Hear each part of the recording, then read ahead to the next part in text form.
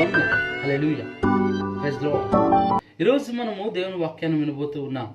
ఏ అంశం మీద దేవుని వాక్యాన్ని వినబోతున్నాం అనగా, ఈరోజు దేవుని యొక్క తీర్పు గురించి వినబోతూ ఉన్నాం. తీర్పు అనే దాని విషయంలో మనం ముందు కొనసాగుదాం.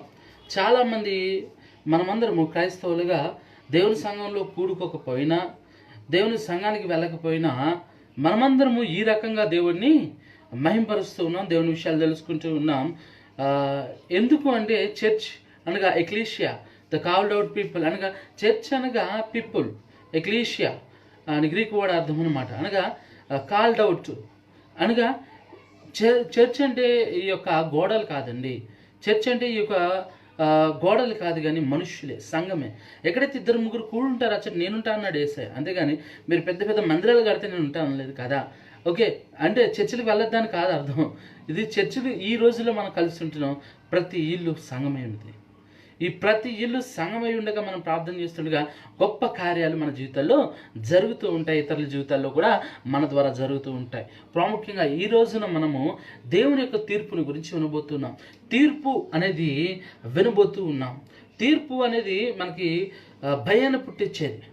తీర్పు అనేది మన జీవితాల్లో భయాన్ని కలగజేసేది. ఆ తీర్పుని ఈరోజు మనము మాట్లాడుకోబోతూ ఉన్నాం. తీర్పు అంటే ఏమిటి, అసలు తీర్పు విధించేవారు ఎవరు, ఆ తీర్పు మన జీవితంలోకి ఎలా వస్తుంది అనేది మనం ఈరోజు చూడబోతూ ఉన్నాం.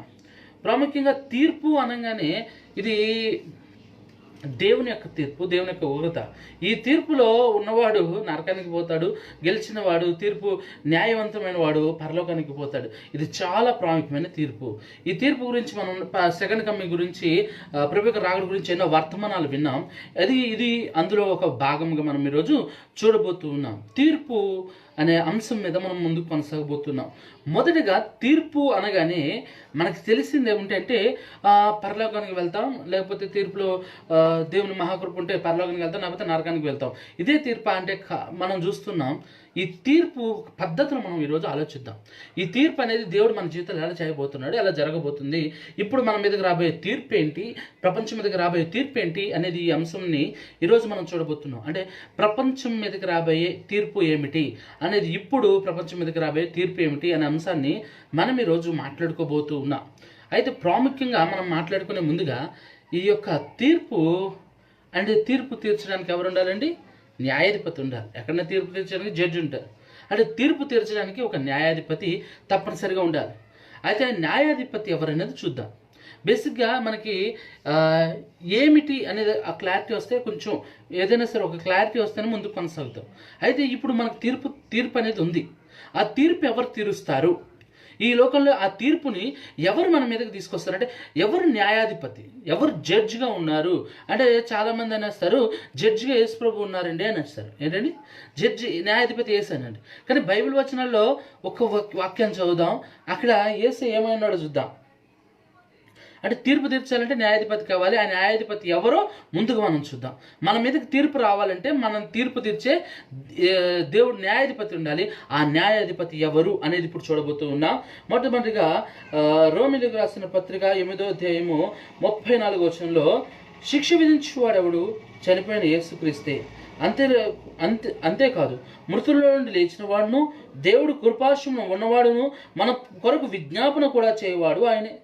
రోమీయులు 8:34 చూసుకున్నట్లయితే దేవుడు ఎక్కడున్నాడంట? యేసయ్య తండ్రి కృపార్శ్వం ముందు కూర్చున్నాడంట. తండ్రి కృపార్శ్వం నందు ఉన్నాడు, కూర్చోలేదు, తండ్రి కృపార్శ్వం నందు ఉండి తండ్రికి విజ్ఞాపన చేస్తూ ఉన్నాడు. అనగా తండ్రికి మన కొరకు విజ్ఞాపన చేస్తున్నాడు. యెహోవాకి మన కొరకు విజ్ఞాపన చేస్తున్నాడు. దేవునికి మన కొరకు విజ్ఞాపన చేస్తున్నాడు. ఎవరు? యేసుక్రీస్తు. అంటే మన కోసము దేవుడు యేసుక్రీస్తు విజ్ఞాపన చేస్తున్నాడు. అంటే ఇక్కడ ఏముందంట? యేసయ్య విజ్ఞాపనకర్త. యేసయ్య ఒక విజ్ఞాపనకర్తగా ఉంటూ ఉన్నాడు. ఆయన జాబ్ ఏంటంటే మన కొరకు విజ్ఞాపనగా, అంటే మన కొరకు మన లాయర్ లాగా ఉన్నాడు ఆయన. అయ్యో మా యొక్క కుమారుడు, మా యొక్క కుమార్తె తప్పు చేయలేదు, క్షమించయ్యా ఒకవేళ తప్పు చేస్తుంటే అని చెప్పి దేవుణ్ణి వేడుకుంటూ ఉన్నాడు. ఆయన కృపార్శ్వంలో ఉన్నాడు. రెండోది ఏం చేస్తున్నాడండి? ఆయన విజ్ఞాపనకర్తగా ఉన్నాడు, లాయర్గా ఉన్నాడు. అంటే లాయర్ వేరు, జడ్జి వేరండి. ఇప్పుడు యేసయ్య అంటుంటే, మరి యేసయ్య మన మీద తీర్పు తీరుస్తాడంటే ఈయన తీర్పు తీర్చే పోస్టులో లేడు. ఇప్పుడు ఏ పోస్టులో ఉన్నాడంట? లాయర్ పోస్టులో ఉన్నాడు. మన తరపు వాదించే ఒక లాయర్ పోస్టులో ఉన్నాడు. అలాంటి వ్యక్తి, విజ్ఞాపన భర్తగా ఉన్న వ్యక్తి మనం తీర్పు తీరుస్తాడా?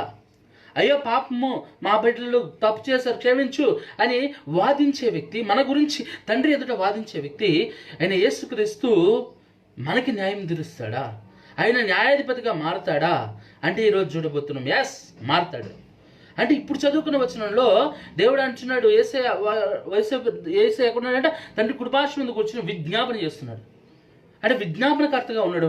ఒకవేళ మనకు న్యాయం తీర్చాలంటే ఆయన ఎక్కడ ఉండాలంటే యాకోబు రాసిన పత్రికలో ఉంటుంది 5వ అధ్యాయం 9వ వచనంలో. యాకోబు 5:9 ఒక వచనం ఉంది.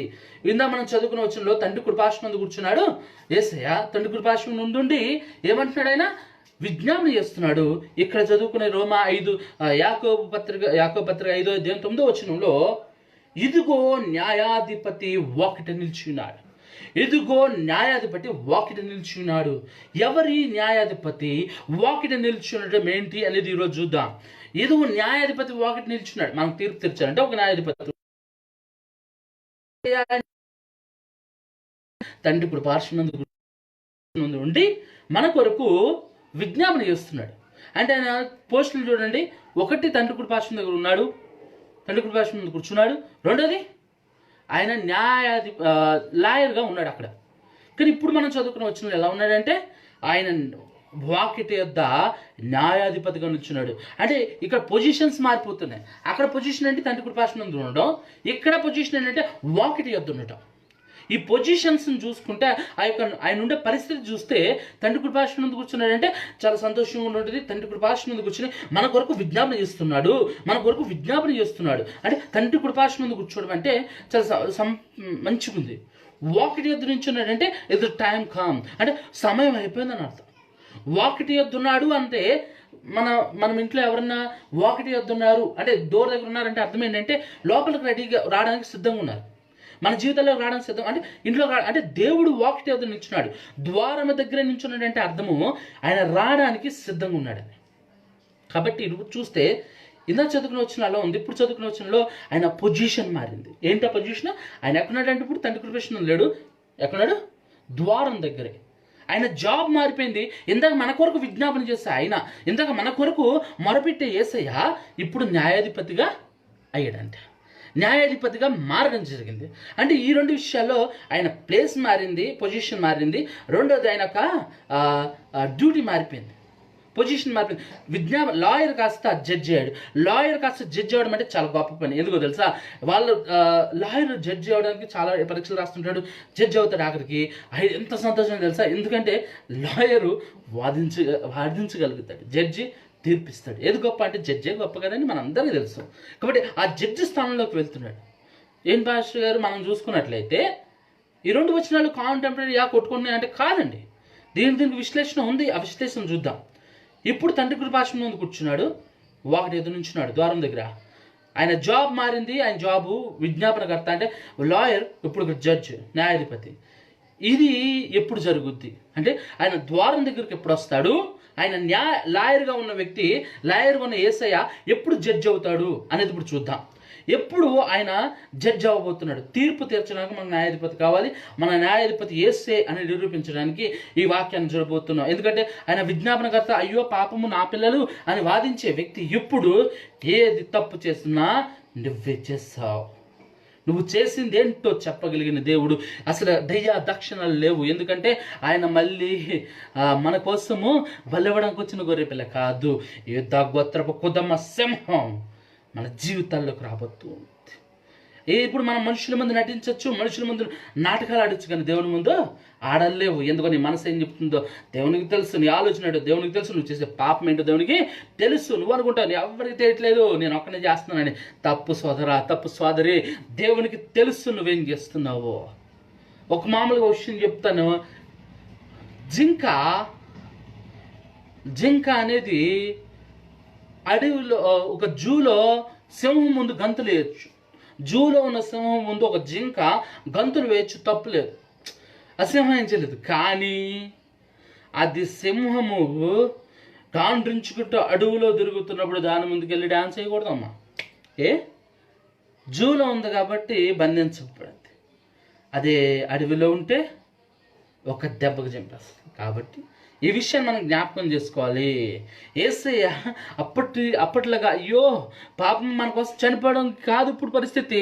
గర్జించే కొదమ సింహం, యోద్ధాగోత్రపు కొదమ సింహం ఆయన. జాగ్రత్తగా ఉండాలి మన జీవితాలు. కాబట్టి జూలో ఉన్నప్పుడు గంతులేసినట్లుగా అడవిలో తిరుగుతున్న సింహం ముందు గంతులు వేయకూడదు. ఇంకా మన జీవితాలు మనం కూడా అలా ఎగరకూడదండి. అది క్లారిటీగా చూసుకుంటున్నాం. యేసయ్య ఎక్కడున్నాడు, ఆయన జాబ్ ఏంటి? ఇందా మనం చూసినట్లయితే రోమిలకు రాసిన పత్రికలో ఆయన దేవుని పక్కన కూర్చున్నాడు, కుడి పక్కనందు ఆయన జాబ్ లాయర్. అయితే ఇప్పుడు నేను చెప్తుంది ఏంటంటే యాకోబు 5:9 ఆయన ఏమైనాడంట, న్యాయాధిపతి వాకిటి నిల్చున్నాడు.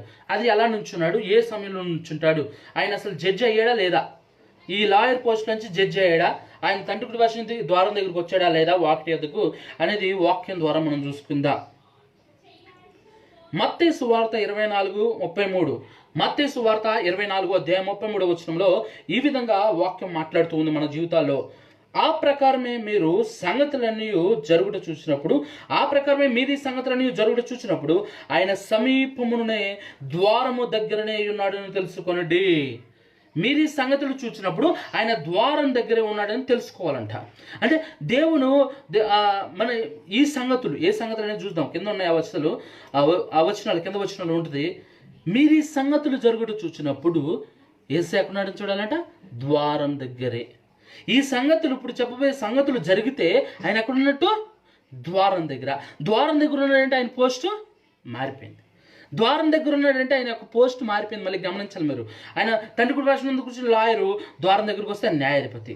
అంటే వాకిటి నిల్చుంటే ద్వారం దగ్గరికి వస్తే. కాబట్టి చూస్తున్నాం, మీరు ఈ సంగతులు జరుగుతూ చూసినప్పుడు, ఈ సంగతులు మీరు చూస్తే, ఇప్పుడు కొన్ని పరిస్థితులు జరుగుతున్న చూస్తే ఆయన ఎక్కడున్నాడని గమనించాలంటే ద్వారం దగ్గరే ఉన్నాడని గమనించాలి. ఆ సంగతులు ఏంటనేది మత్తయి సువార్తలోనే 24 మొత్తం ఉంటాయండి. మీరు ఈ సంగతులు ఏంటి, ఆ సంగతులు అంటే దాదాపు ఒక 5 సంగతులు చూద్దాం. 5 సంగతులు ఇక్కడ రాయబడ్డాయి. మొదటి సంగతిన మత్తయి సువార్త 24:5, అనేకులు నా పేరుతో వచ్చి నేను క్రీస్తునని చెప్పి పలువురిని మోసపరిచెదరు. మత్తయి 24:11 అనేకులైన అబద్ధ ప్రవక్తలు వచ్చి పలువురిని మోసపరిచెదరు. ఇప్పుడు మనం చూస్తున్నాం, మొదటి విషయము, ఈ విషయం జరిగితే దేవుడు ద్వారం దగ్గర ఉన్నాడు యేసయ్య. అంటే జాబ్ మారుతుంది. ఏంటి ఆ విషయం అంటే మోసపోతాం. క్రైస్తవులుగా మనం మోసపోతూ ఉంటాం. మొదటి విషయము మోసపోతారంట. ఈ రోజున మోసపోతున్నామా లేదా మన విషయాలు మనకే తెలుసండి. మనం మోసపోతూ ఉన్నాం. అనేక అబద్ధ ప్రవక్తలు వచ్చి నేనే క్రీస్తున్నాను, ఇప్పటికీ ఎంతోమంది వచ్చి నేనే క్రీస్తునని చెప్పుకున్న వారు ఉన్నారు. అనేకులు వచ్చి నేనే క్రీస్తుని అని మోసపరిచిన వారు ఉన్నారు. అనేకులు చాలామంది మనం చూస్తూ ఉన్నాం. యూట్యూబ్ పెడితే చాలామంది కనబడుతూ ఉంటారు. నేనే క్రీస్తుని అని చెప్పుకుని చాలామందిని మోసం చేసిన వారు ఉన్నారు. అబద్ధ ప్రవక్తలు వస్తూ ఉన్నారు. దేవుడిని మనిషి క్రైస్తవుడిని మోసం చేస్తున్నారు. మనల్ని మోసం చేస్తూ ఉన్నారు. వస్తున్నారు నిజంగా. రావట్లేదో తప్పుడు సిద్ధాంతాలు, తప్పుడు బోధలు, ఎన్నో భయంకరమైన తప్పుడు సిద్ధాంతాలతో, తప్పుడు బోధలతో ఈరోజు క్రైస్తవుల్ని తప్పుదోవ పట్టిస్తున్న వారు చాలామంది ఉన్నారు. సంఘం బలపడేసరికి వాళ్ళు ఒక్కొక్కసారి పెద్ద పెద్ద ప్యాషన్లో కూడా తప్పుడు ఆలోచనలు వస్తూ ఉన్నాయి.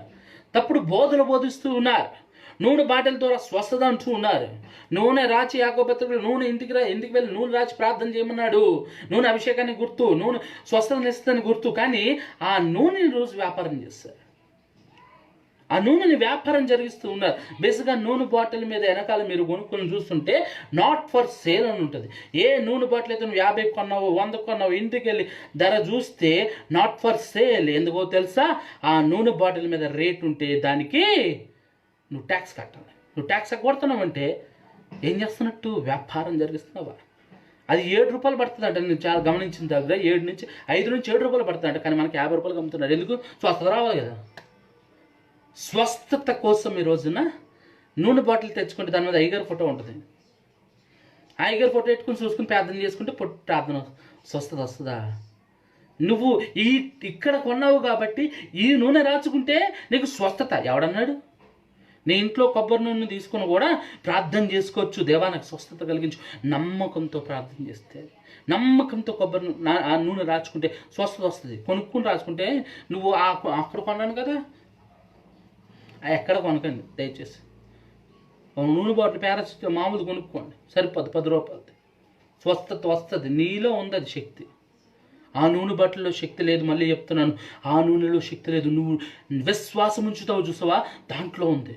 ఈరోజు ఇది చిన్న విషయం అనమాట. ఇది నూనె బాటిల్ అనేది ఎందుకు అంతలా మనము మోసపోతున్నాం. కర్చీపులు అమ్ముతున్నారు. అంటే ఈరోజు చూస్తున్నాం కర్చీపులు. ఆ కర్చీపు మీద వేసుకుంటే స్వస్థ వస్తుంది. సరే, ఏం మోసపోతున్నాం తెలుసా? రండి, 7 వారాలు వస్తే స్వస్థత. 7 వారాలు వస్తే స్వస్థత. నువ్వు దేవుని దగ్గరికి పిలుస్తున్నావా? వాళ్ళకి స్వస్థతల కోసం సంఘాన్ని కట్టద్దు. స్వస్థతల కోసం సంఘాలను కట్టద్దండి. ఇప్పుడు స్వస్థతల మీద సంఘాన్ని కట్టకూడదు. ఎప్పుడు మనం స్వస్థతల మీద ఆధారపడి ఒక క్రైస్తవుని లేవనెత్తకూడదు. క్రైస్తవుడు ఎప్పుడు దేవుని భక్తులు, దేవుని యొక్క మారు మనసులో పశ్చాత్తాపంతో ఆయన ఎదగాలి తప్ప స్వస్థత ఎదిగితే ఎప్పుడప్పుడు పడిపోతుంటాడు. ఏంటంటే స్వస్థత నీకు ఒక సాదృశ్యమే తప్ప స్వస్థత అనేది క్రైస్తవుడికి ప్రాముఖ్యత కాదు. మారు మనస్సు, పశ్చాత్తాపము, ఆయన ఒక నీతిమంతుడిగా మారడం అనేదే. కానీ మనిషి జీవితాల్లో చాలా వరకు స్వస్థత మీద ఆధారపడుతున్నాడు. దయచేసి ఎవ్వరు స్వస్థత మీద ఆధారపడద్దమ్మా. స్వస్థత అనేది మనిషి జీవితంలో ఒక కార్యమే తప్ప నిన్ను పరలోకం నడిపించేది కాదు. నువ్వు స్వస్థత వస్తే నువ్వు పరలోకం వెళ్ళవు. నువ్వు నడిచే పద్ధతిని బట్టి పరలోకం వెళ్తావు. మనల్ని మోసపరుస్తున్నారు. ఎంత దారుణంగా మనం మోసపోతున్నామో ఒక్కసారి ఆలోచిద్దామా? ఎంత దారుణంగా మోసం చేస్తున్నారండి. ఒక్కొక్కరు చాలా దారుణంగా ఉన్నారండి. చాలా దారుణంగా మన జీవితాల్ని నాశనం చేసేస్తున్నారు, మోసపరుస్తూ ఉన్నారు. నూనె బాటిల్ కొనుక్కోండి. ఇంకా కొన్ని పల్లెటూర్లకు వెళ్ళినట్లయితే చాలా దారుణంగా వాళ్ళు ఎంత దారుణంగా మోసపరుస్తున్నారంటే వాళ్ళు తెలియక, చదువుకోక, లేదా కొంతమంది పాస్టర్లను దగ్గర నుంచి చూసినప్పుడు, ఆ సంఘస్థలను చూసినప్పుడు వాళ్ళు ఏంటంటే లేనిపోని మూఢనమ్మకాలు వారు చేస్తూ ఉన్నారు. మోసపరుస్తూ ఉన్నారు, మోసగిస్తూ ఉన్నారు. జాగ్రత్త. ఒకడు తమలపాకుల మీద నడిస్తే ఆ తమలపాకు తీసుకుని తింటే పాస్టర్ అండి తీసుకుని తింటే స్వస్థత వస్తుందంట, గర్భం వస్తుందంట. ఇంకో పాస్టర్ గారు నెత్తి మీద బూడిద వేసుకుని ప్రార్థన చేస్తే దేవుడు వింటాడంట. బాబు, బూడిద వేసుకోమని ఇప్పుడు కాలంలో నువ్వు ఎలా ప్రార్థన చేసినా దేవుడు సంతోషంగా వింటాడు. దానికోసం ప్రత్యేకంగా నువ్వు బూడిద గుమ్మరించుకుని ప్రార్థన చేయించక్కల్లా. ఈ పరిస్థితులు మారాయి. దేవుడు తనే స్వయంగా మన దగ్గరకు వస్తున్నాడు. మనం ప్రార్థన చేసి దేవుడు వింటాడు. మోసపరుస్తున్నారు. జాగ్రత్త. మోసపోతున్నామా లేదా? మనం మొదటి విషయం, మనం మోసపోతూ ఉన్నాం. చాలా విషయాలు, చాలా సందర్భాల్లో మనం మోసపోతూ ఉన్నాం. ఒక ఆయన అంటాడు, కోకోకోలా మీద సిసిసి అనేది 3 సార్లు ఉంది, 6 నెంబర్ కనబడుతుంది కాబట్టి ఇది ఏంటంట 666 ముద్ర కలిగిన కూల్ డ్రింక్ అంట, తాగకూడదంట. అంటే ఎన్నో ఉన్నాయండి, ఎన్నో విషయాలు. మోసపోకు సహోదర. మనం మోసపోతున్నామా లేదా? మోసపోతూ ఉన్నాం. క్రైస్తవులుగా మనము మోసపోతూ ఉన్నాం. మొదటి విషయం. రెండు విషయాలు మనం చూద్దాం. అంటే ఈ సంగతి జరుగుతుందా? మోసపోతున్నామా? క్రైస్తవులు చాలామంది మోసపోతూ ఉన్నారు. రెండో విషయము, ఈ సంగతులు జరిగితే మొదటి సంగతి ఏంటంటే మోసపోతున్నాం. రెండో సంఘటన చూద్దాం. మత్తయి సువార్త 24:6లో, మరియు మీరు యుద్ధములు గూర్చి యుద్ధ సమాచారములు గూర్చి వినబోదురు, మీరు కలవరపడకుండా చూచుకొనండి, ఇవి జరగవలసినో కానీ అంతము వెంటనే రాదు. యుద్ధముల గురించి వింటూ ఉంటారంట. రెండో సంఘటన, ఆయన ద్వారం దగ్గర ఉండాలంటే యుద్ధాల గురించి వింటూ ఉంటారంట. యుద్ధాలను చూస్తూ ఉంటామంట. యుద్ధాల సంఘటనలు మనము ఆలోచిస్తూ ఉంటామంట. అవునా కదా? ఈరోజు ప్రపంచం దేనికి ఎక్కువ ప్రాముఖ్యత ఇస్తుంది తెలుసా? మనిషి బాగు కోసం కాదు, మనిషి చావు కోసం. మనుషుల బాగుల కోసం ఏం చేయట్లే. న్యూక్లియర్ వెపన్స్, వాళ్ళు చాలా వ్యయ ప్రయాసాలు ఖర్చు పెడుతున్నారు. ఎందుకో తెలుసా? యుద్ధాన్ని కొనసాగించడానికి. ఎక్కువ ప్రభుత్వాలు కానీ గవర్నమెంట్స్ కానీ దేని మీద ఎక్కువ ప్రాముఖ్యత పెడుతున్నాయి అంటే ఈ యొక్క యుద్ధాల్లో మేము మా దగ్గర ఏ ఎక్విప్మెంట్స్ ఉన్నాయి, ఏవి ఉన్నాయి, ఏ రాకెట్స్ ఉన్నాయని చూస్తూ ఉన్నారండి. క్యూబా దేశం మన ఇంటర్వ్యూలో చెప్తున్నప్పుడు అంటుంది, అక్కడ వాళ్ళు అంటున్నారు, మేము ఒక దేశాన్ని పాడు చేయడానికి మేము మా మనుషులను తయారు చేయలేదు, కానీ ఒకరిని బాగుపరచడానికి మా మనుషులను తయారు చేసాం. అక్కడ 180 డాక్టర్ ఉన్నాడంట. కంపల్సరీ డాక్టర్ చేసుకుంటారంట, అక్కడ కంపల్సరీ డాక్టర్ అవుతారంట. అంటే అక్కడ వాళ్ళు దేనికి ఇస్తున్నారు? మేము వెపన్స్కి ప్రాముఖ్యత ఇవ్వం, డాక్టర్స్కి ప్రాముఖ్యత ఇస్తాం. ఈరోజు ప్రపంచ దేశాలు చూస్తుంటే క్యూబా చిన్న దేశమైనా కానీ గొప్ప సేవ చేస్తుంది. అంటే ఈరోజు యుద్ధ సమాచారం మనం వింటున్నామా అంటే ఎస్ వింటున్నాం. యుద్ధాల గురించి వింటలేదు. అక్కడ యుద్ధం జరగబోతుంది, ఇక్కడ యుద్ధం జరగబోతుంది, ఇలా జరగబోతున్నాయి, ప్రాసెస్ జరుగుతుంది. ఎప్పుడు యుద్ధం వస్తుందో తెలియదు. ఇప్పుడు కొంతమంది అంటున్నారు ఇది బయోవార్ అంటున్నారు. మనం వింటున్నాం న్యూస్లో, కానీ ఇది బయోవారా అని చర్చలు జరుగుతూ ఉన్నాయి. మన యుద్ధం గురించి సమాచారాలు వింటున్నాం కానీ అంటే ఒకసారి అంతం రాదు. యుద్ధాన్ని గురించి సమాచారాలు వింటున్నాం. రెండు జరుగుతున్నాయి. మొదటిది మోసపోతూ ఉన్నాం, యుద్ధం గురించి సమాచారాలు వింటూ ఉన్నాం. మూడో విషయము మత్తయి సువార్త 24:8 అక్కడక్కడ కరువులు భూకంపములు కలుగును, ఇవన్నీ వేదనలకు ప్రారంభము. మూడో విషయము కరువులు ఉంటూ ఉన్నాయి, భూకంపములు కలుగుతూ ఉన్నాయి.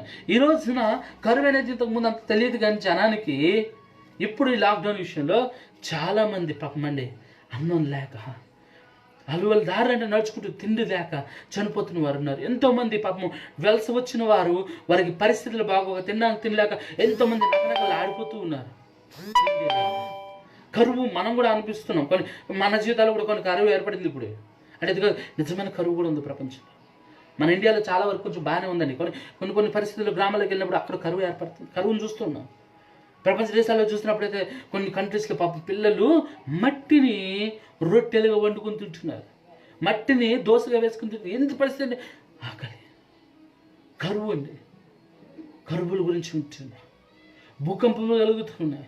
భూకంపాలు వింటున్నా, ప్రపంచంలో ఎన్నో చోట్ల వింటాం. ఎందుకు మన ఢిల్లీలో కూడా భూకంపం వచ్చిందని ప్రచారం జరిగింది. అంటే భూకంపముల గురించి వింటూ ఉన్నాం. భూకంపాలు వస్తున్నాయి, దారుణంగా చనిపోతున్నారు, మనం వింటూ ఉన్నాం. కరువులు భూకంపాలు కలుగుతున్నాయి. ఇప్పుడు 3 సంఘటనలు జరుగుతున్నాయండి. మోసపరచబడుతున్నాం, రెండో అంశము మన జీవితాల్లో మోసపరచబడుతూ ఉన్నాం, యుద్ధాల గురించి వింటూ ఉన్నాం, మూడోది కరువులు భూకంపాలు కూడా జరుగుతున్నాయి. 3 సంగతులు జరుగుతున్నాయండి. ఇక 4వ సంఘటన జరుగుదాం. మత్తయి సువార్త 24:9 అప్పుడు జనులు మిమ్మల్ని శ్రమల పాలు చేసి చంపెదరు, మీరు నా నామము నిమిత్తము సకల జనుల చేత ద్వేషించబడుతుంది. చాలా మనకు అందరికి తెలిసిందే. క్రైస్తవులను మనల్ని శ్రమల పాలు చేస్తారంట. క్రైస్తవులను మన జీవితాన్ని శ్రమల పాలు చేస్తూ ఉన్నారు. క్రైస్తవులను మనల్ని, మన జీవితాన్ని శ్రమల పాలు చేస్తూ ఉన్నారు. ఇది నిజమే. అనేకులు హింసిస్తూ ఉన్నారు చాలా చోట్ల. మనం యూట్యూబ్లో కొడితే ఎంత దారుణంగా హింసిస్తున్నారు, ఎంత దారుణంగా చిత్రహింసలు పెడుతున్నారు, ఎంత పర్సిక్యూషన్ జరుగుతుందో యూట్యూబ్లో కొడితే చూస్తుంటాం. మన దేశంలో చాలా చోట్ల వారిని దారుణంగా తిడుతూ ఉన్నారు, దూషిస్తూ ఉన్నారు, చంపేస్తూ ఉన్నారు. తెలియట్లా బయటికి. చాలా దారుణంగా హింస జరుగుతూ ఉంది. చాలా దారుణంగా వారిని కొట్టడం జరుగుతుంది, హింసించడం జరుగుతుంది, బాధ పెట్టడం కూడా జరుగుతుంది. 3 విషయాలు చూసాం మనము. 3 విషయాలు చూసాం. 4వ విషయం కూడా చూసాం. చిత్రహింసలు పొందుతున్నామండి. పొందుతున్నాం, చూస్తూ ఉన్నాం, మన హింస పాలు అవుతూ ఉన్నాం. అయితే 4 విషయాలు జరుగుతున్నాయి. 5వ విషయాన్ని చూసుకుందాం. మత్తయి సువార్త 24:32 అంజూరపు చెట్టును చూచి ఒక ఉపమానం నేర్చుకున్నది. అంజూరపు కొమ్మ లేతదై చిగురించినప్పుడు వసంతకాలం యొక్క సమీపంగా ఉన్నదని తెలుసుకున్నది. అంజూరపు కొమ్మ లేతదై చిగురించినప్పుడు అనగా అంజూరపు కొమ్మ, ఇది చాలా ప్రాముఖ్యమైనది. అంజూరపు కొమ్మ అంటే ఏంటయ్యా అంటే, అంజూరపు చెట్టు అంటే ఏంటయ్యా అంటే, అంజూరపు కొమ్మ లేతదై ఏంటి? అంజూరపు కొమ్మ, అంజూరపు కొమ్మ ఏంటి అంటే, అంజూరపు కొమ్మ లేతదై అంటే అంజూరపు చెట్టు దేనికి సాదృశ్యమైనది? యూదులకు సాదృశ్యమైనది. లేతదై చిగురించినప్పుడు అంటే యూదులు మళ్ళీ చిగురించినప్పుడు, యూదులు ఆ రోజు టైటస్ చక్రవర్తి కానీ హిట్లర్ కానీ ఇలాంటి దారుణ ఘోరాలు జరిగినప్పుడు అందరూ వెళ్ళిపోయారు. ఎక్కడ వారు అక్కడికి పారిపోవడం జరిగింది. ఎక్కడ వారికి అక్కడ పారిపోవడం జరిగింది. యూదులందరూ చల్లాచెదరైపోయారు. కానీ ఇప్పుడు చూడండి, యూదులందరూ ఒక్కటై ఉన్నారు. యూదులు ఎక్కడున్నా కానీ వారు ప్రధానమంత్రి, వారి యొక్క ప్రెసిడెంట్లు కానీ వారందరూ ఎక్కడున్నారో గమనించి వారందరినీ తిరిగి తమ ప్రాంతానికి నడిపించుకుంటున్నారు. తన ప్రాంతానికి యూదా దేశం వారుగా ఇజ్రాయెల్ దేశానికి నడిపించుకుంటున్నారు. ఇప్పుడు ఇజ్రాయెల్ దేశంలో చాలా గొప్ప పరిణితి కార్యక్రమాలు జరుగుతున్నాయి. అది చిగురిస్తూ ఉన్నది. ఎంత అసలు దాంట్లో అసలు ఆయిల్ లేకపోయినా ఏమి లేకపోయినా ఎన్ని దేశాల మీద చాలా సుసంపన్న దేశంగా ఉంది అనడానికి కారణము అది చిగురిస్తుంది. యూదా ఈ యొక్క యూదులు చిగురిస్తూ ఉన్నారు. అంజూరపు కొమ్మ లేకపోతే ఇప్పుడు చిగురిస్తూ ఉన్నారు. వారందరూ ఏకమయ్యారు, వారికి శక్తిగా మారారు. ఎందుకు అంటే రాకడకు సూచనలు. అక్కడ చూస్తూ ఉన్నాం 5 సంఘటనలు జరిగాయి. 5 సంఘటనలు జరిగాయి. ఎందుకు?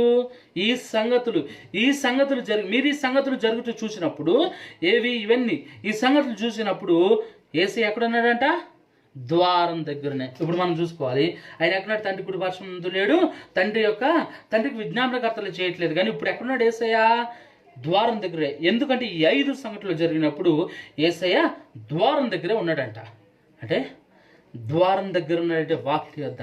అంటే ద్వారం దగ్గర ఉన్నాడంటే సర్లే పర్లేదని వదిలేయడం కాదు, ద్వారం దగ్గర ఉన్నాడంటే ఆయన పోస్ట్ మారిపోయింది. ఏంటి ఆయన పోస్టు? న్యాయాధిపతి. ఇందాక లాయర్గా ఉన్నాడు, విజ్ఞాపన చేస్తున్న వ్యక్తి ఇప్పుడు ఎలా అయ్యాడంటే ఒక న్యాయాధిపతిగా మారాడు, న్యాయం తీర్చే వ్యక్తిగా మారాడు. అప్పుడు నాన్న బుజ్జి దయ చూపించండి అనే బతిమాలి వ్యక్తి ఇప్పుడు లేదు, జాలి లేదు, దయ లేదు, నువ్వు తప్పు చేస్తే శిక్ష తప్పదు అనే ఒక న్యాయాధిపతిగా, జడ్జిగా ఆయన మారి ఉన్నాడు. దీన్ని బట్టి మనం ఏం నేర్చుకోవాలంటే భయం కలిగి జీవించాలి. మనం తెలిసింది తీర్పు గురించి వింటూ ఉన్నాం. ఈ తీర్పులో మనం వింటూ ఉన్నాం, తీర్పులో మనం తీర్పు తీర్చేది ఎవరంటే యేసయ్య. న్యాయాధిపతిగా ఎవరున్నారు ఇప్పుడు చూసుకున్నాం. న్యాయాధిపతి ఎలా అయ్యాడో కూడా చూసాం. ఈ సంఘటనలు జరిగితే ఆయన న్యాయాధిపతి ద్వారం దగ్గర, అంటే ఇట్స్ టైం అయిపోయింది, ఇంకా వచ్చేస్తున్నాడు అని అర్థం. ద్వారం దగ్గర ఉన్నాడంటే బయటకు వచ్చేస్తున్నాడే కదా, ఇంట్లో ఉన్నాడు రెడీ అవుతున్నాడంటే ఓకే. ఆయన ద్వారం దగ్గర వాటికి ఎదురు నుంచున్నాడంటే ఇట్ టైం అయిపోయింది, వచ్చేస్తున్నాడు. మరి అయితే ఆ తీర్పు అనే విషయంలో చూస్తున్నాం. ఈ తీర్పు ఎవరి మీదకి రాబోతుంది, ఈ తీర్పు ఎవరికి తీర్చబోతున్నాడు, ఇప్పుడు వచ్చే తీర్పు ఎవరి మీదకి రాబోతుంది అనేది కొంచెం క్లారిటీగా చూద్దాం. ఈ తీర్పు అనేది ఎవరి మీదకి రాబోతుంది, ఇప్పుడు తీర్పు ఎవరి మీదకి రాబోతుంది ఒకసారి ఆలోచిద్దామా. ఈ తీర్పు ఎవరి మీదకి రాబోతుంది? బైబిల్ గ్రంథంలో చాలా తీర్పులు ఉన్నాయి, 25-24 తీర్పులు ఉన్నట్టున్నాయి. ఆ తీర్పుల్లో మొదటి ఆదాం మీదకి వచ్చింది, అవ్వ మీదకి వచ్చిన తీర్పులు, తర్వాత సర్పం మీదకి వచ్చింది. అలాగా కొన్ని తీర్పులు జరిగిన తర్వాత ఈ యొక్క యేసు ప్రభు చనిపోయిన తర్వాత అక్కడ అన్నారు కదా, వాళ్ళు ఏమన్నారు, అక్కడ యేసుని సిలువేస్తున్నప్పుడు వాళ్ళ చేతులు కడుక్కున్నప్పుడు వాళ్ళు ఏమన్నారు, ఈ రక్తము మా మీద మా పిల్లల మీద ఉండును గాక అన్నారు అక్కడ ఉన్నవారు. యేసు మరణ సమయంలో వాళ్ళు అన్నారు, ఏమన్నారు, ఈ యొక్క దానికి ప్రతిఫలం మా యొక్క జీవితాల్లో ఉండొచ్చు, మా రక్తం మా మీదకి రావాలని చెప్పి అన్నారంట వాళ్ళు. కాబట్టి 90లో టైటస్ చక్రవర్తి వచ్చినప్పుడు దారుణంగా ఆ యొక్క ఇజ్రాయెల్ దేశంలో ప్రజలందరినీ దారుణంగా హింసించాడు, శ్రమణ పాలు చేశాడు, చంపేశాడండి. మొత్తం లక్షల మందిని చంపేశాడు. రక్తము అసలు రోడ్ల మీద పారిందంట, రక్తం ఒక నదిలాగా, అంత దారుణంగా చంపాడు. ఎందుకో తెలుసా, ఇది 11వ తీర్పు.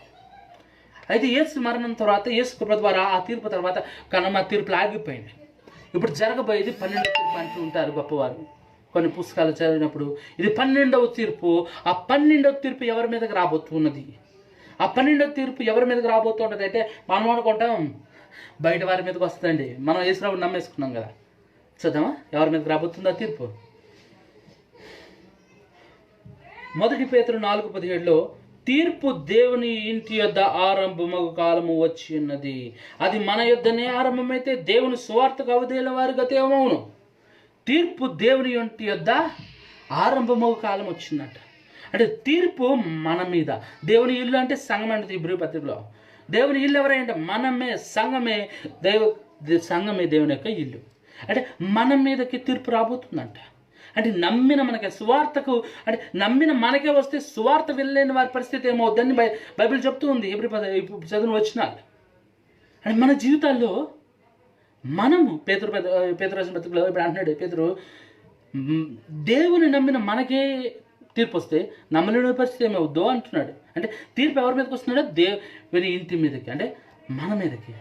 ఇప్పుడు తీర్పు ఎవరి మీద? 12వ తీర్పు జరగబోతుంది. ఆ 12వ తీర్పు మన మీదకి రాబోతూ ఉన్నది.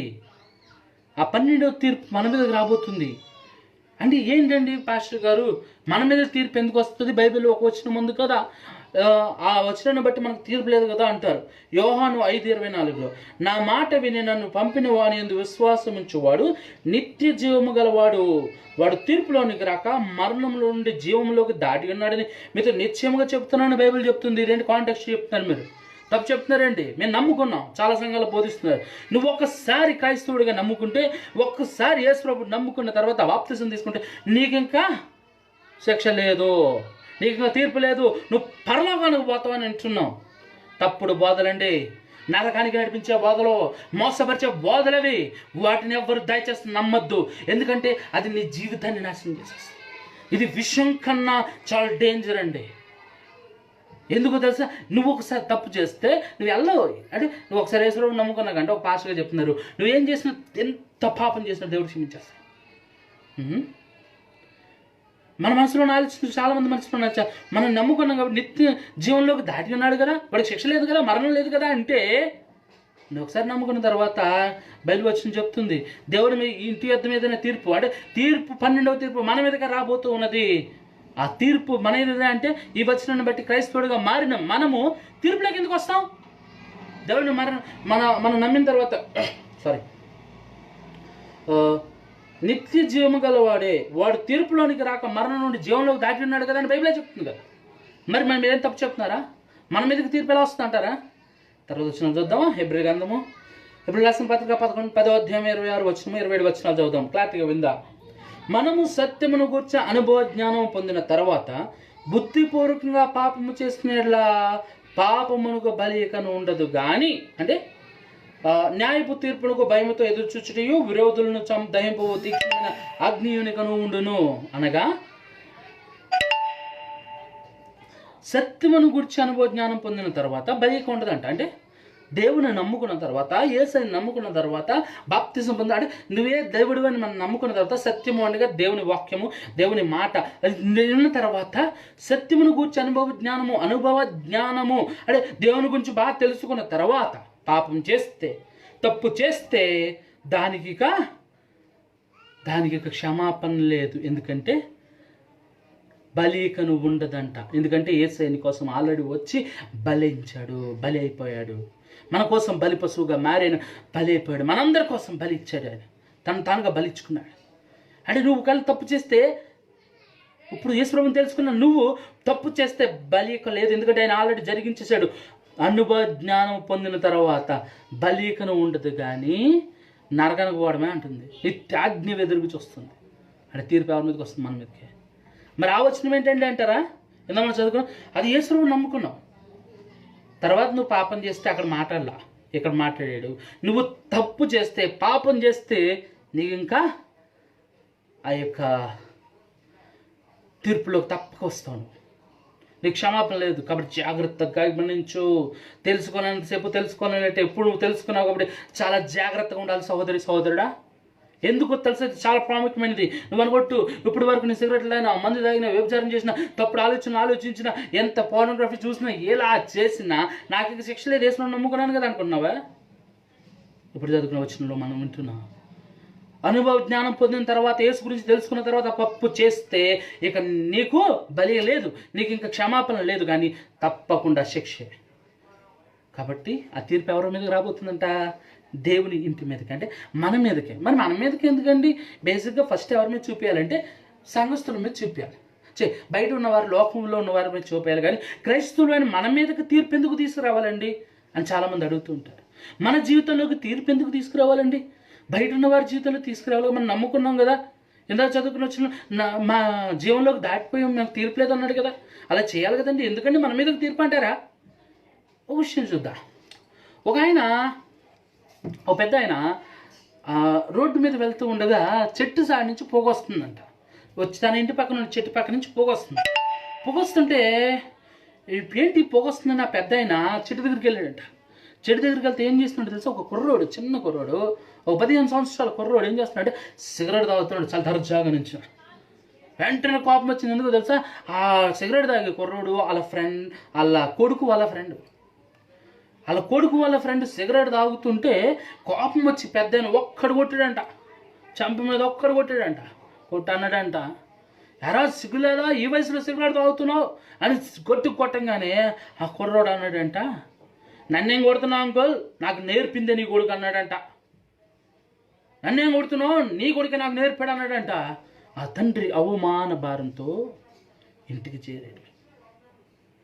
ఈరోజున ఇదే పరిస్థితి వస్తే, యేసయ్య తీర్పు తీర్చడానికి వచ్చినప్పుడు బయట వారి మీద చూపిద్దామని తీర్పు తీరుద్దాం అనుకున్నప్పుడు సాతానుగాడు అంటాడు, ఏమయ్యా వీళ్ళ మీద ఏంటి బంధు, నీ వాళ్ళు కనబట్టలేదా, నీ కొడుకులు కనబట్టలేదా అంటాడు.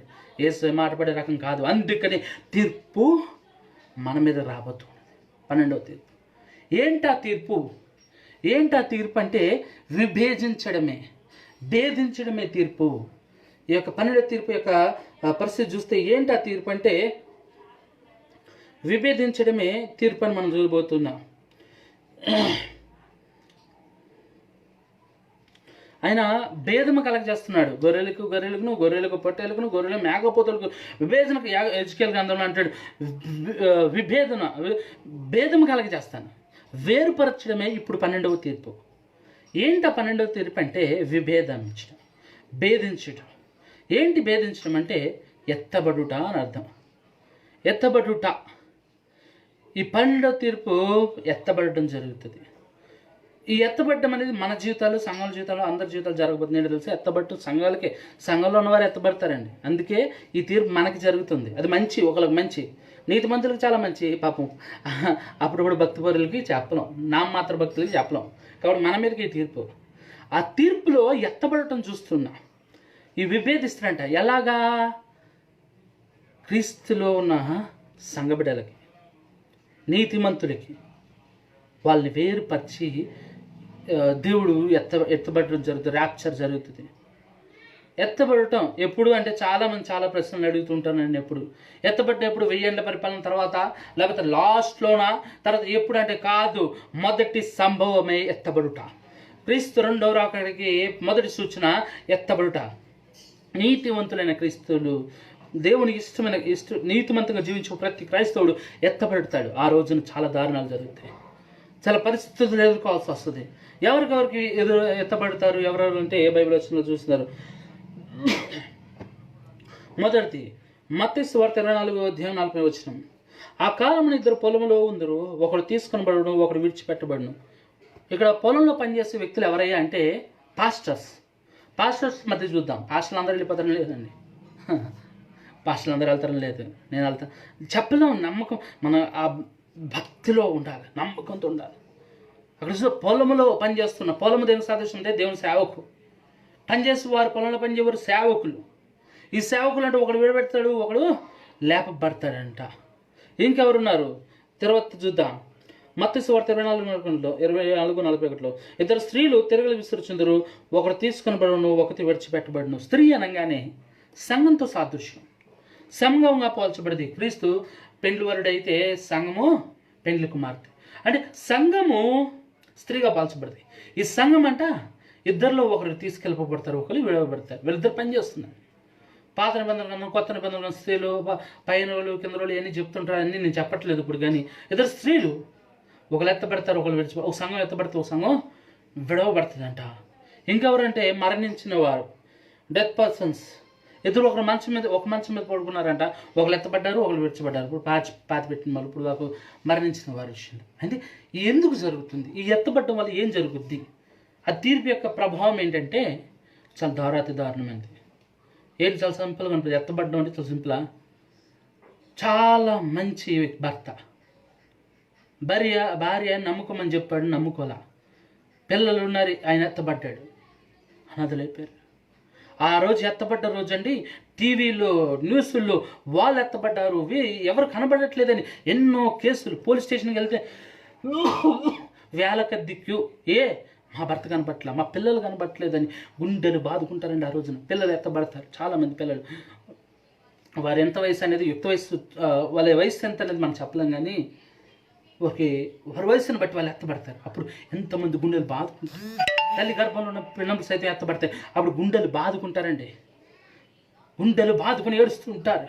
ఒక బస్సు డ్రైవర్ నీతిమంతుడు అయితే ఆయన ఎత్తబడితే ఆ బస్సు యాక్సిడెంట్ అయ్యి ఎంతమంది చనిపోతారు. ఒక విమానంలో ఇప్పుడు అమెరికా చాలా కొన్ని ప్రాంతాల్లో 2 పైలట్స్, ఒక అన్యుడు ఒక క్రైస్తవుని పెడుతున్నారు. ఎందుకు తెలుసా? ఈయన ఒక నీతిమంతుడు, దీన్ని ఎత్తబడితే ఫ్లైట్ కూలిపోద్దు కాబట్టి చాలా ముందస్తులు ఉన్నారు. అంటే ఎత్తబడ్డంలో రోజు ఎంత దుఃఖం వస్తుందో ఒకసారి నువ్వు ఆలోచించు. నువ్వు ఎత్తబడి నీ కుటుంబం కింద ఉండిపోతే ఆ తప్పు నీదే. నువ్వు ఎత్తబడి నీ పిల్లలు కింద ఉండిపోతే తప్పు నీదే. ముళ్ళు గుచ్చుకుంటే భరించుకోలేవు. నీ పిల్లలకి చిన్న ముళ్ళు గుచ్చుకుంటే గాయమైతే నీ కళ్ళలోంచి కన్నీరు వస్తుంది. మరి అలాంటిది నువ్వు వదిలేస్తే, నువ్వు ఎత్తబడి నీ పిల్లలు ఉండిపోతే తప్పెవరిదో తెలుసా? నీవే. వాళ్ళు అనుభవించే ప్రతి బాధకి కారణం తెలుసా? నువ్వే. వాళ్ళని మార్చలేకపోతున్నావు. మార్చు. సువార్త చెప్పలేకపోతున్నావు. సువార్తని చెప్పు. ఎత్తబడ్డం అంటే సింపుల్ మాట కాదయ్యా. ఆయన ఏడుపు గొప్ప రోదన వస్తుందంట. ఆ ఎత్తబడిన తర్వాత నుంచి సినిమా స్టార్ట్. ఏం జరుగుద్దో తెలుసా? భయంకరమైన వేదన, భయంకరమైన శోధనలు. ఆ రోజుల్లో మనుష్యుడు చనిపోదామని ప్రయత్నించిన ఆ బాధలు భరించలేక చనిపోడంట. అసలు ఎంత భయంకరమైన వ్యాధుల్లో మనం బైబిల్లో చదువుతూ రెవల్యూషన్లో చూస్తూ ఉంటాం. చచ్చిపోదాం అనిపిస్తుందంట. నొప్పులు భరించలేక, రోగాలు భరించలేక, ఆ నీరు దొరక్క, కరువుల్లో చేదు నీళ్ళు తాగలేక ఎంత శ్రమలు అనుభవించి రక్తం మరిగిపోతుందంట. చచ్చిపోదాం అనిపించి ఆ నొప్పులు భరించలేక, బాధ భరించి చచ్చిపోదామని వెళ్ళిన ట్రైన్ కింద తాలాడితే ట్రైన్ ఆగిపోతాడు, చచ్చిపోతాడు. ఆ రోజుల్లో చనిపోదామని వెళ్ళిన మరణము వారికి రాదు అని బైబిల్ చెప్తుంది. జాగ్రత్త, మరణం కూడా రాదండి. ఆ నొప్పులు బాధలు అనిపించాలి. అందులో ఒక విషయం చెప్దాం. ఆకాశం నుండి దాదాపు 40 కిలోలు 8 మనుగుల వడగంట్ల వాన పడుతుందంట. పెద్ద పెద్ద మంచు గడ్డలు 40 కేజీల పైన ఉన్న ఆ యొక్క మంచు గడ్డలు పడతాయంట ఆకాశం నుంచి. ఒక 10 అంతస్తుల బిల్డింగ్ మీద పడితే పైనుంచి పడితే కింద పడిపోద్ది. ఒక మనిషి మీద చిన్న పిడుగు పడిందంటే చనిపోతున్నారు. అలాంటి ఆ వడగల్లో వాన తప్పించేది అవడ. ఆ యొక్క ఆ నరకమే ఒకటంటే భూలోక నరకం అంటారు. రోజు నరకమే అగాధం తెరవబడి మొత్తం నరకం అంతా భూమి మీద ఉంటుంది. చాలా వేదన అనుభవిస్తాం. ఎత్తబడేవారు చూస్తున్నాం, చాలా ప్రభుత్వం ఉంటారు. విడవబడిన వారు, ఆపద్ధర్మ మామూలుగా అపనమ్మకంతో ఉన్న క్రైస్తవులు భూమి మీద విడబడి ఈ బాధలన్నీ అనుభవించాలి. సహోదరుడా, ఈ నొప్పులు కష్టాలన్నీ అనుభవించాలి. ఈ తర్వాత కూడా మారకపోతే నరకానికి పోతాం. నరకంలో పరిస్థితి చూడు. ఇప్పుడు చెప్తాను, నరకంలో ఏం జరుగుతుందో తెలుసా? ఇక్కడ నువ్వు ఏదైతే చేస్తున్నావో అది నీకు నరకంలో దొరికేస్తాయి. ఏంటండి నిజం? నువ్వు మందావుతున్నావు అనుకో, అక్కడ తీసుకెళ్ళి వేడి వేడి లావా నోట్లో పోస్తాడు. అక్కడ నిత్య మరణం అని ఎందుకంటామంటే నరకాన్ని ఎప్పుడు నిత్య మరణం అంటుంటారు. ఎందుకో తెలుసా? అక్కడ ఎప్పుడు మరణిస్తూనే ఉంటాం, చస్తూనే ఉంటాం. నిత్య జీవం అంటే అక్కడ బ్రతుకుతూనే ఉంటాం, ఇక్కడ చస్తూనే ఉంటాం. ఎలాగో తెలుసా? ఒక సుత్తు తీసుకుని తల పగల కొడితే ఆ నొప్పి తెలుస్తుంది నీకు, చచ్చిపోతావు. మళ్ళీ అన్నీ నీకు నువ్వుగా తయారైపోతావు.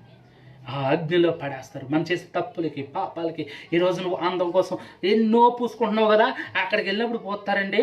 అసలు మామూలుగా ఉండదు, యాసిడ్ లాంటిది మొఖం మీద పోస్తారు. నరకం గురించి కొన్ని చార్లు నేను చదివినప్పుడు, ఇంటర్నెట్స్లో కొన్ని చోట్ల కొంతమంది చెప్పినప్పుడు విన్నప్పుడు చాలా భయం కలుగుతుంది. ఎందుకో తెలుసా? నరకం అనేది మామూలు విషయం కాదు. నువ్వు నిమిషానికి చేస్తావు, మళ్ళీ బతుకుతావు. ఇప్పుడు చిన్న ములుగుచ్చుకుంటేనో, చిన్న వాతడతానో అమ్మో నువ్వు ఎగురుతున్నావా? నరకానికి వెళ్తే ఆ యొక్క లాభాల ముంచి లేపుతారు, అగ్ని గుండెలో ముడేసి లేపుతారు. జాగ్రత్త. ఈ తీర్పు కావాలా మనకి? 12వ తీర్పు, ఎత్తబడుట. ఎత్తబడ్డంలో మనం ఉండాలంటే క్రీస్తు. ఒకసారి నువ్వు ప్యూర్ క్రైస్తవుడి, ఓకే. మరి నువ్వు ఒకడు ఎత్తబడితే సరిపోద్దా? ఇతరులు ఎత్తబడకూడదా? నువ్వు నరకానికి వెళ్తావా, పరలోకానికి వెళ్తావా అంటే నీ చేతుల్లో ఉంది. పశ్చాత్తాపడి ప్రార్థన చేస్తే మనం పరలోకానికి వెళ్తాం. ప్రాముఖ్యంగా ఒక్క విషయం చెప్పి ముగించేస్తా. అప్లికేషన్ ఏంటో తెలుసా? నీవు వెళ్తే సరిపోద్దా పరలోకానికి? ఇప్పటి వరకు చాలా విషయాలు చూసాం. తీర్పు ఎవరికంటే మన మీదకి ఎవరు తీస్తున్నారు అనే దానికి చాలా పెద్ద విషయం చెప్పాను నేను. న్యాయాధిపతి ఎవరంటే యేసయ్య. ఆయన వాకిటి దగ్గర అంటే ఆయన ఇప్పుడు వచ్చేస్తున్నాడు తెలియదు, సమయం అయిపోయింది, ఇంకా ఆయన రెడీగా ఉన్నాడు. కాబట్టి జాగ్రత్త. ఆ ఎత్తబడ్డంలో నువ్వు ఉంటావు అనుకో, ప్రార్థన చేయి. నువ్వు ఎత్తబడాలి, మనం ఎత్తబడాలి, క్షుణ్ణంగా మంచిగా బ్రతకాలి. నువ్వు ఎత్తబడితే సరిపోదండి. నీ బంధువులు, నీ స్నేహితులు, నీకు తెలిసిన వారు అందరూ ఎత్తబడాలి. అప్పుడే మన జీవితాన్ని మార్చబడుతుంది. అప్పుడే మన సంతోషంగా ఉంటాం. కాబట్టి ప్రార్థన చేయి, సువార్త చెప్పు, నీ జీవితాన్ని వివరించు. సువార్త అనగానే చాలామంది అనుకుంటారు కరపత్రికలు వంచడం, బైబిల్ తీసి 10 అధ్యాయాలు చెప్పడం. ఇది కాదు సువార్త. ఇప్పుడు మనుషులు మారిపోయారు. నువ్వు ఇంటికి వెళ్ళి వాడి నోట్లో చెప్పు, వాడికి అసలు కరపత్రిక ఎత్తి పడేస్తున్నాడు. ఎలాగ సువార్త తెలుసా? మన జీవితమే ఒక సువార్తగా ఉండాలి. మన జీవితమే ఒక సువార్తగా ఉండాలండి. మన బ్రతికే ఒక సువార్తగా ఉండాలి. ఎందుకు ఈ జీవితం బాగుందంటే క్రైస్తవుడండి, యేసు ప్రభువుని నమ్ముకునేటని నేను చెప్పుకోవాలి. మన జీవితాలను బట్టి ఇతరులు మారాలి. మన భార్యలు మారాలి, భర్తలు మారాలి, పిల్లలు మారాలి, సమాజం మారాలండి. ఒక కుటుంబంగా మనం మారాలి. ఒక కుటుంబంగా మనం మారితే పరలోకానికి వెళ్ళడానికి అవకాశం ఉంది. తీర్పు ఎవరి మీద కంటే మన మీదకే. కాబట్టి గమనించు, నువ్వేది తప్పించలేదు. నీ డబ్బు, ఆందోళన, సమస్య ఏది తప్పించలేదు ఈ తీర్పు నుంచి. దేవుడు మాత్రమే మనల్ని తప్పించువాడు. కాబట్టి ఒకటి నువ్వు పొద్దున్న లేచిన కాంచి ఇప్పుడు వరకు సమయం లేదంటావు. ఇప్పుడు క్వారంటైన్ డేస్ కాబట్టి ఓకే, కానీ మామూలుగా నీకు టైం లేదంటావు. సువార్త చెప్పడానికి టైం లేదండి. ఒకటి గురించి ఒకడికి వేరే వాడి గురించి చెప్పడానికి, చాడీలు చెప్పుకోవడానికి, వాడి మీద ఆడుకోవడానికి సమయం ఉంటుంది మనకి, ప్రతి ఒక్కడికి ఉంటుంది. ఆ సమయాన్ని సువార్త ప్రకటించు. ఎత్తబడే విషయంలో నీ పిల్లలు ఉండాలి, భార్య ఉండాలి, నీకు చుట్టూ ఉన్న వారు ఉండాలి, నీ సమాజం ఉండాలి. అది ఆలోచనతో మనం ఉండగలిగితే మనం ఎప్పటికైనా గొప్ప కార్యాలు మన జీవితంలో దేవుడు చేస్తాడు. తీర్పు గురించి మనం చూస్తాం. నరకానికి వెళ్తావా, పరలోకానికి వెళ్తావా? నా చేతుల్లో లేదు, మీ చేతుల్లో ఉంది. ఎవరిది వాళ్ళ జీవితాలు వాళ్ళ చేతుల్లో ఉన్నాయి. సరిగ్గా బ్రతికితే పర్లేదు, సరే చూసుకుందాంలే అనుకుంటే నరకం. జాగ్రత్త ఇప్పటికైనా. ఎందుకంటే నువ్వు అనుకోకు నేను అసలు ప్రభువుని నమ్ముకున్నాం కాబట్టి పరలోకం వెళ్తాను. ఇందా మనం చదువుకున్నాం కదా, ఇక బలి లేదు. ఆయన బలిగా రాడు. ఆయన ఇప్పుడు గొర్రె పిల్లలాగా వచ్చి నేను అన్నాడు, ఆయన చించి యోధా గౌతమ సింహంలా వస్తాడు. కాబట్టి మనం మారాలి, మనం పరలోకానికి వెళ్ళాలి.